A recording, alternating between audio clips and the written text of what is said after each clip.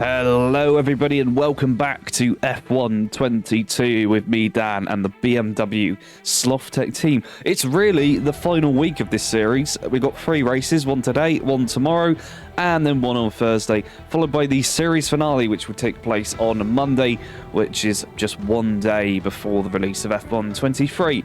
And of course that will be followed up with 4 more races on F1 23, so you're going to get a whole week's worth of races next week, then an additional 3 the following week, and then we'll be back to the regular schedule of 2 races per week so that I can recover the little sanity that I have left after all of this editing that I've been doing over the past month or so.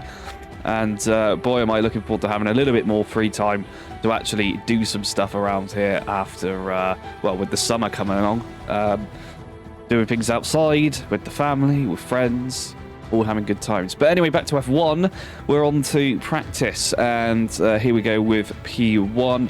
I mean, at this point, we are still doing the practice sessions, even though there's very little point in doing them because the season will not be continuing beyond this one.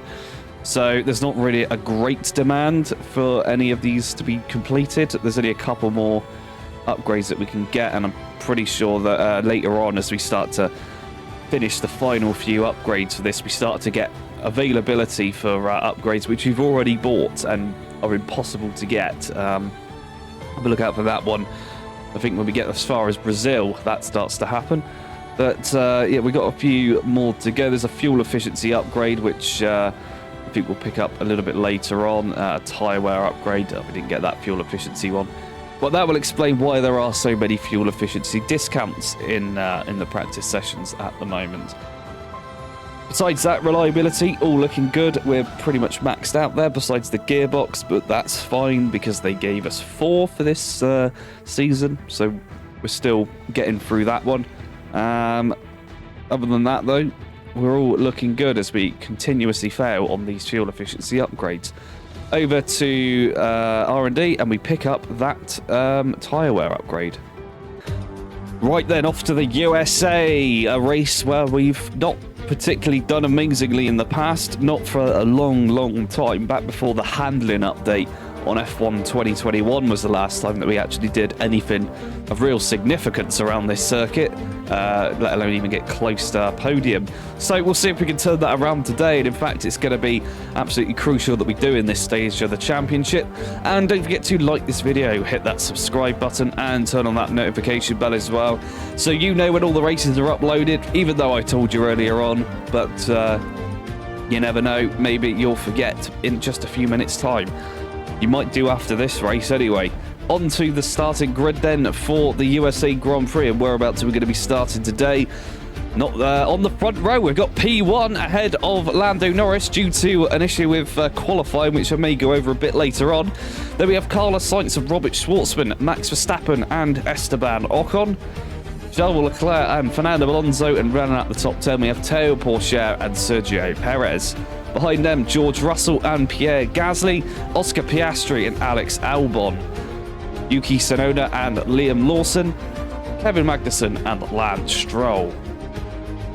Finally, on the penultimate row, we have Nicholas Latifi, Joe Guan Yu, Mick Schumacher and Dan Ticktum. And yes, you may be wondering what was going on with qualifying there. Well, it was raining throughout every session, including Q3, until I went out for my final lap, which was right at the end of Q3, and as I got onto the DRS straight, the stewards enabled DRS, enabling me to power down the straight at the main straight and the pit straight with DRS open when no one else got the chance.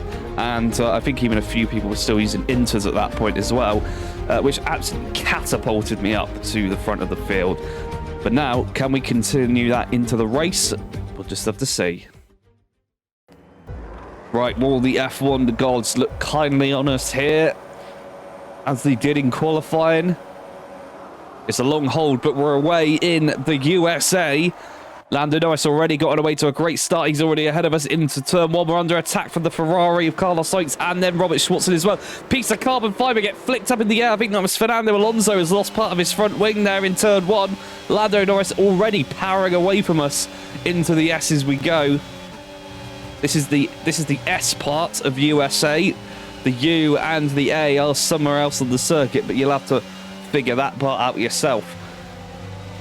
Through we go onto the downhill before the main straight, and Norris's lead already 0.8 of a second. This is Alonso getting away though. He's got the Alpine in front of him. Is he the one that he makes contact with? No, he gets past him and actually rear ends his own teammate going through turn 1. I think Robert Schwartzman did appreciate that, being catapulted up into P3, but Fernando Alonso didn't find it worth it. This is Piastri crashing into the back of Sergio Perez, and he will also be coming into the pits at the end of this lap. Here is Alonso tumbling down the order with no front wing now. Presumably the rest of it came off as well. In another incident, in comes Oscar Piastri as well. And, oh, no, Fernando Alonso has decided he's not going to come into the pits and continue his race, but he is, in fact, going to retire the car after driving around the entire lap. And we rejoin on lap 5. Norris, 3.5 seconds ahead. How do we compete with this? Who knows? We'll come into the pit lane. Big slide, nearly touching the barriers there, and slowing down for the limiter. Trying to get an undercut on Norris and try and catapult ourselves back up into P1. Further down the order, looks as though everybody's kind of roughly where they started, although Perez has managed to get up into 4th somehow. So a pretty good start for him. Must be some people have come into the pits. And we're going to come out of the pit lane in P10, it seems, just ahead of Yuki Tsunoda, and behind this train of cars that go all the way to 6th place of Alex Albon. Behind us, Robert Schwartzman has come in for the mediums as well, but he is a few seconds behind us, so no threats there. Let's see what we can do to try and catch up to Stroll as we come through these sections. Not sure if it's a setup issue or just a skill issue, probably a combination of the two, as to why I am still so godly slow here compared to everybody else in the field. Unless, of course, I get DRS and they don't, as qualifying proved. And you can see that we're already dropping back quite a lot from Stroll. We're not going to get the DRS here on this occasion, but Stroll's going to go for a move on Lawson down into the hairpin. Is he going to get the move done on him? Lawson's going to fight it. And it looks as though Stroll... No, he's not got the position. Lawson goes back up the inside of Lance Stroll. Are they going to make contact here? Quite possibly it is Lance Stroll. They're still side by side as they come through the tricky sector 2/3. And they're still side by side here. Lawson with a big slide, and that has just cost him the time there. And put him a little bit too far back to challenge with Stroll. Into the penultimate corner we go. Will anyone peel off into the pits? Stroll peels off. Lawson stays out, so we're going to get a nice tow down the pit straight. DRS open. The Audi also with the DRS. He's going to go defensive into turn 1. We're going to go to the outside, hard on the brakes, and then try and cut back just a little bit too soon. May have cut the corner slightly there, but who cares, because we're currently second in the Drivers' Championship.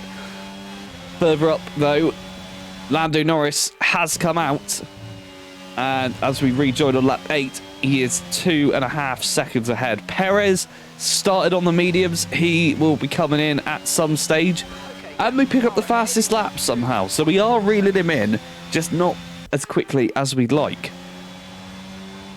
And unfortunately, that is all the race had to offer us. Here we are on lap 14 of 14 already.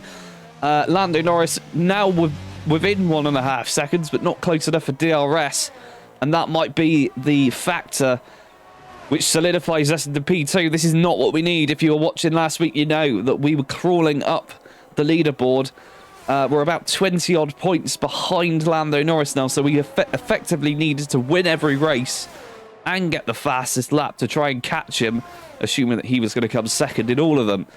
And this is not good for our championship challenge.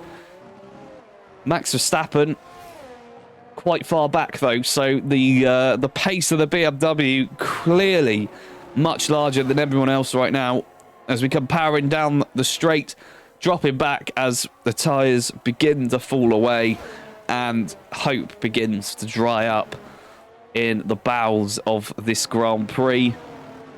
Into the tricky, complicated section we go. approaching the multiple right-hander, where we crashed with Justin Freshbot at Williams just several years ago in a hilarious video. But no accidents today. Round the final few corners we go into the penultimate corner. We're going to have to settle for P2 here. This could be catastrophic for the championship as we come around the final corner, and we will cross the line just behind our teammate. Disappointing for us, but there's still 3 races to go. We can still fight back. We've also got a sprint race in Brazil, so we have got a little bit of extra points that we can try and claim to get back at Norris. But for the time being, there he is, celebrating with Verstappen. There we are in the background, just kind of pretending he doesn't exist. And at this point, you kind of wish that he didn't. Having won the previous season with a bit of a fight, I was hoping this would be a little bit of a breeze, but unfortunately, this is the second time now that we've had Lando Norris in a game become extremely overpowered when he gets enough facility upgrade and a really good car. And now we're having to fight even harder than we did when we had a really shit car. Anyway, on to the race results and the Drivers' Championship. So here we are with the final results. We did retain the fastest lap and P2, but Norris did gain 6 points over us. Behind us, we had Max Verstappen, Carlos Sainz, Robert Schwartzman, Charles Leclerc, Sergio Perez, Esteban Ocon, George Russell, and Pierre Gasly. This means over in the Drivers' Championship, Norris's lead is extended back to 33 points over us, and then a big leap back, we have Max Verstappen in 3rd. Then we have Charles Leclerc, Fernando Alonso, Robert Schwartzman, Carlos Sainz jumps ahead of Sergio Perez, then George Russell and Lance Stroll. Further down the order, we have Pierre Gasly, Liam Lawson, Esteban Ocon, Kevin Magnussen, Yuki Tsunoda, Alex Albon, Oscar Piastri, Teo Pourchaire, Nicholas Latifi, Joe Guanyu, Mick Schumacher, and Dan Ticktum. And over to the Constructors' Championship. Yes, indeed, we, I believe, have won the Constructors' Championship. Now, Red Bull cannot catch us, who are 234 points behind. Behind them, Ferrari move up to 3rd, ahead of McLaren, but only by a little bit. Then we have Mercedes, Alpine, AlphaTauri, Haas, Williams, Audi, and finally Aston Martin. And that's all for this race. We'll catch you next time for Mexico.